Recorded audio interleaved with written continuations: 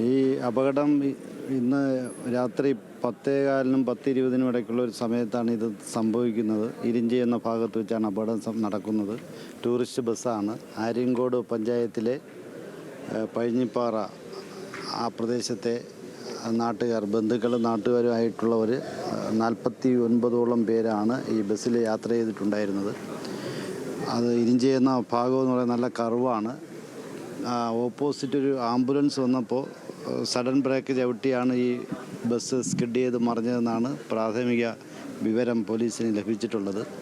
സ്ഥലത്ത് വിവരമറിഞ്ഞെത്തിയ പോലീസ് പാർട്ടിയും നെടുമങ്ങാട് ഭാഗത്തെ ആംബുലൻസും നാട്ടുകാരും ചേർന്ന്, നാട്ടുകാരുടെ സഹകരണം വളരെ നല്ല രീതിയിലുള്ള കോപ്പറേഷനാണ് ആ ഇരിഞ്ചി ഭാഗത്തുള്ള നാട്ടുകാരുടെ ഭാഗത്തു നിന്നുണ്ടായത്. അപകടം നടന്ന സമയത്ത് തന്നെ പൂർണ്ണമായും മുഴുവൻ ആൾക്കാരെയും ബസ്സിൻ്റെ ഗ്ലാസ് പൊളിച്ച് രക്ഷപ്പെടുത്തി ആശുപത്രിയിലെത്തിക്കാൻ നാട്ടുകാരുടെ സഹായത്തോടു കൂടി പോലീസിന് സാധിച്ചു.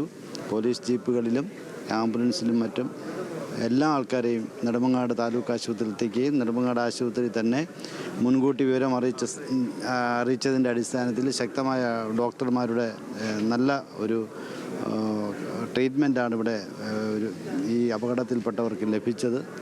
ആശുപത്രി ജീവനക്കാരെ എത്ര തന്നെ ഈ അവസരത്തിൽ ശ്ലാഘിച്ചാലും മതി വരില്ല. അത്ര നല്ല രീതിയിലുള്ള ഒരു ട്രീറ്റ്മെൻറ്റാണ് അവർ നൽകിയത്. തുടർന്ന് അത്യാവശ്യം സ്കാനിങ്ങും മറ്റ് ചെയ്യേണ്ട രോഗികളെ തിരുവനന്തപുരം മെഡിക്കൽ കോളേജിലേക്ക് റെഫർ ചെയ്തിട്ടുണ്ട്. 21 പേഷ്യൻസാണ് ഇപ്പോൾ ആക്സിഡൻറ്റുമായി ബന്ധപ്പെട്ട് നെടുമങ്ങാട് ഭാഗത്ത് നിന്ന് മെഡിക്കൽ കോളേജ് അഡ്മിറ്റായിട്ടുള്ളത്. അതിൽ 9 പേര് SITയിൽ അഡ്മിറ്റ് ചെയ്തിട്ടുള്ള കുട്ടികളാണ്. 3 വയസ്സ് മുതൽ 17 വയസ്സ് വരെയുള്ള 9 കുട്ടികൾ SIT ആശുപത്രിയിൽ അഡ്മിറ്റാണ്. വെഞ്ഞാറമൂട് ഗോകുലം മെഡിക്കൽ കോളേജിൽ ഒരാളുണ്ട്.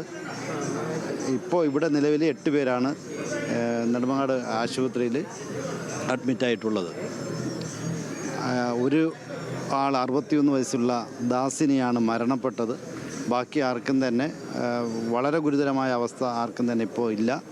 ബഹുമാനപ്പെട്ട നെടുമങ്ങാട് നിയോജക മണ്ഡലം MLAയും ഭക്ഷ്യ സിവിൽ സപ്ലൈസ് വകുപ്പ് മന്ത്രിയുമായ ശ്രീ GR അനിൽ സാർ ഇപ്പോൾ തിരുവനന്തപുരം മെഡിക്കൽ കോളേജിൽ തന്നെ ഉണ്ട്. അദ്ദേഹം ഈ രോഗികൾക്ക് വേണ്ട സഹായങ്ങളൊക്കെ അവിടെ ചെയ്തു വരുന്നു.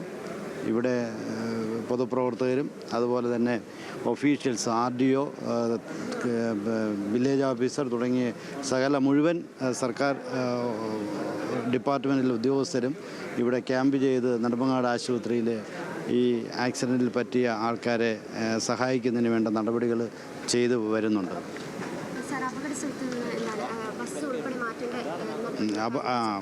മറിഞ്ഞ ബസ്സിനെ പൂർണ്ണമായും നിവർത്തി ആ സ്ഥലത്തെ ട്രാഫിക് ഗതാഗതം സുഗമമാക്കിയിട്ടുണ്ട് പോലീസ്.